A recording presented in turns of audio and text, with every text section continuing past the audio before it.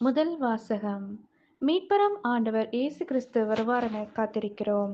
திருத்துதர் பவுல் பிலிப்பியருக்கு எழுதிய திருமுகத்திலிருந்து வாசகம்.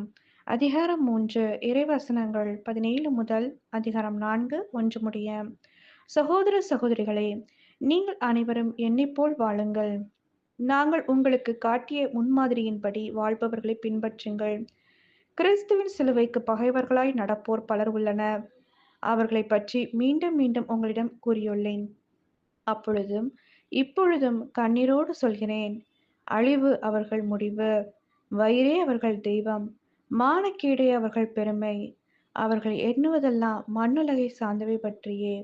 நமக்கோ விண்ணகமே தாய்நாடு. அங்கிருந்துதான் மீட்பராம் ஆண்டவர் இயேசு கிறிஸ்து வருவாரென காத்திருக்கிறோம். அவர் தமது ஆற்றலால் தாழ்வுக்குரிய தம் உடலை மாட்சிக்குரிய தமது உடலின் சாயலாக உருமாற்றவும் அனைத்தையும் தமக்கு பணிய வைக்கவும் வல்லவர். ஆகவே என் அன்பார்ந்த சகோதர சகோதரிகளே, என் வாஞ்சை கூறியவர்களே, நீங்களே என் மகிழ்ச்சி, நீங்களே என் வெற்றி வாகை. அன்பர்களே, ஆண்டவரோடுள்ள உறவில் நிலைத்திருங்கள். ஆண்டவரின் அருள்வாக்கு. இறைவா உமக்கு நன்றி. நற்செய்தி வாசகம்.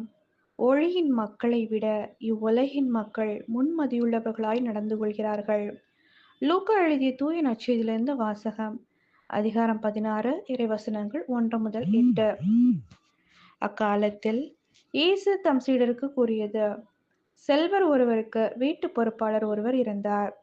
அவர் தம் தலைவரின் உடைமைகளை பாழாக்கியதாக அவர் மீது பழி சுமத்தப்பட்டது. தலைவர் அவரை கூப்பிட்டு, உம்மை பற்றி நான் கேள்விப்படுவது என்ன? உம் பொறுப்பில் உள்ள கணக்கை ஒப்படையும். நீர் இனி வீட்டு பொறுப்பாளராய் இருக்க முடியாது என்று அவரிடம் கூறினார். அந்த வீட்டு பொறுப்பாளர், நான் என்ன செய்வேன்? வீட்டு பொறுப்பிலிருந்து என் தலைவர் என்னை நீக்கிவிடப் போகிறாரே. மண் வெட்டவோ என்னால் இயலாது, இறந்து உண்ணவும் வெட்கமாயிருக்கிறது. வீட்டு பொறுப்பிலிருந்து என்னை நீக்கிவிடும் போது பிறர் என்னை தங்கள் வீடுகளில் ஏற்றுக்கொள்ளும்படி நான் என்ன செய்ய வேண்டுமென எனக்கு தெரியும் என்று அவர் தமக்குள்ளே சொல்லிக் கொண்டார். பின்பு அவர் தம் தலைவரிடம் கடன்பட்டவர்களை ஒவ்வொருவராக வரவழைத்தார். முதலாவது வந்தவரிடம், நீர் என் தலைவரிடம் எவ்வளவு கடன்பட்டிருக்கிறீர் என்று கேட்டார். அதற்கு அவர், 100 குடம் எண்ணெய் என்றார். வீட்டு பொறுப்பாளர் அவரிடம், இதோ உம் கடன் சீட்டு, உட்கார்ந்து 50 என்று உடனே எழுதும் என்றார். பின்பு அடுத்தவரிடம், நீர் எவ்வளவு கடன்பட்டிருக்கிறீர் என்று கேட்டார். அதற்கு அவர், 100 மூடை கோதுமை என்றார். அவர், இதோ கடன் சீட்டு, 80 என்று எழுதும் என்றார். நேர்மையற்ற அந்த வீட்டு பொறுப்பாளர் முன்மதியோடு செயல்பட்டதால் தலைவர் அவரை பாராட்டினார். ஏனெனில் ஒளியின் மக்களை விட இவ்வுலகின் மக்கள் தங்கள் தலைமுறையினரிடத்தில் மிக்க முன்மதியுள்ளவர்களாய் நடந்து கொள்கிறார்கள். இது கிறிஸ்துவின் நற்செய்தி. கிறிஸ்துவே உமக்கு புகழ்.